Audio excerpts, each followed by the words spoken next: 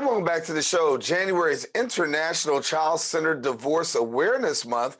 It's a month that's actually dedicated to educating parents worldwide about avoiding the harm that they cause unknowingly and inflicting on their children, particularly when they pursue a non-peaceful divorce process. Our next guest is a matrimonial and family law attorney who urges divorcing parents to keep their children in mind during a difficult time such as that. Joining us and sharing more details, we're pleased to be joined by attorney Lauren P. Raysor, and we thank you so much for being with us, Lauren. Thank you, Darren. Thank you.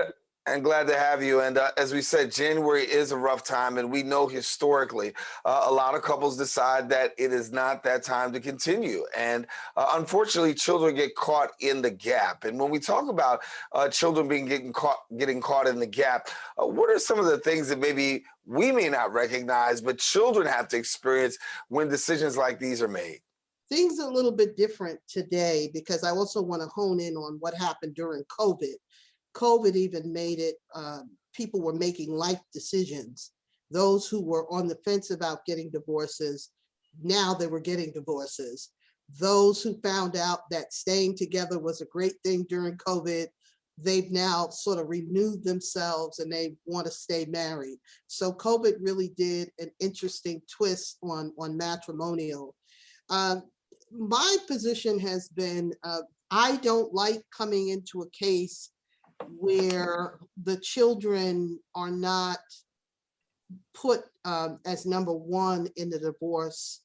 And I think what goes on in the divorce matters that I've seen is the bludgeoning of each other and not really caring about the effects on the children. No matter how much I may counsel a parent or a couple or my client, sometimes the feelings, the hate, the animosity just overtakes the entire proceeding. So I can tell you some things that are funny in this age. Obviously, we have internet and we have emails. I receive hundreds, thousands of emails from clients back and forth, fighting with this one, and I want this, and he didn't give me this date, and I want that date, and all of that is going on. The videos, when I prepare for trial, they have thousands of videos that are taken back and forth of when they can't hear from the child. It's just a lot of animosity. So I agree that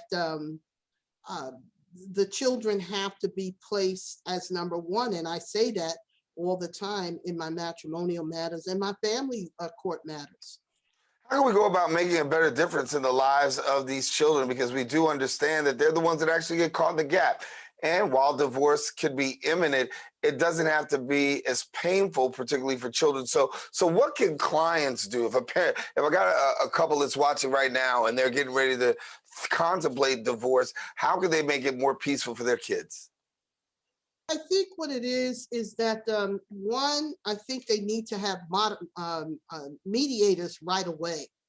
I think that's the most important thing, to have some level of mediation in the beginning of their divorce. Try it, go to someone, go to counseling while, if you're contemplating a divorce, try to go to counseling and discuss how you're going to work out what you're going to work out with the children and things like that. Try to have a discussion in advance of the divorce if you can. Look, sweetheart, we're not going to make it, but let's talk about the children. I can tell you it's difficult because once a divorce begins, the two parents, they take on a very,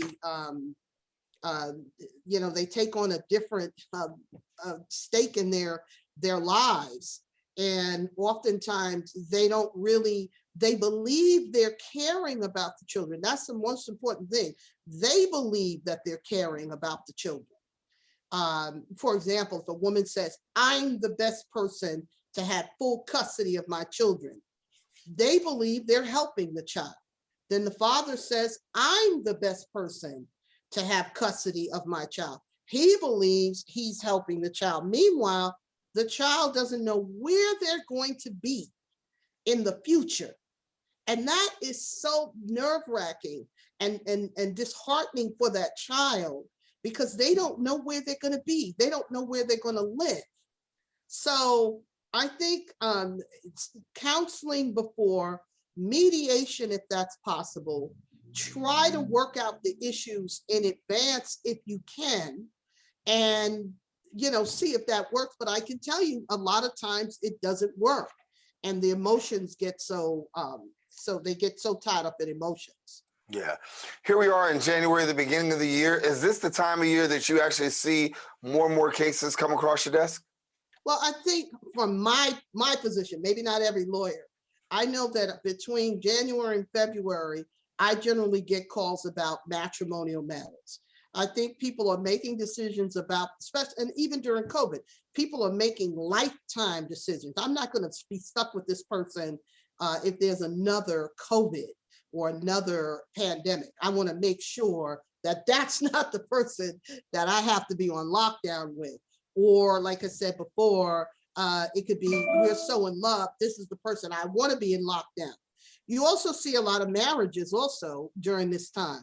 But in my office, I tend to get frequent phone calls after January 1st and February about what people want to do with their lives. And if they don't want to stay with the person, they're getting ready in the new year to change whatever pattern that they had in the past.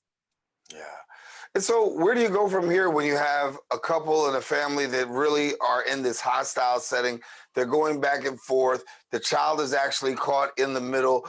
What kind of work can you do as a lawyer to really keep them on center, to remind them, listen, children first? I think I'm the type of lawyer that gives them what time it is. Not to say other lawyers don't. It's not about the money. It's not about, because lawyers get paid hourly. Lawyers get paid whatever. So the more the fighting, I know a lawyer right now lives off fighting, because that prolongs it. That's more hourly fees, more hourly rates, and they don't care if they bludgeon the other side, because that's all that they do. I think from my standpoint, because of my background and my, sensitivity, I sometimes want the families to stay together. And I approach it from the standpoint, look, you guys really want to do this?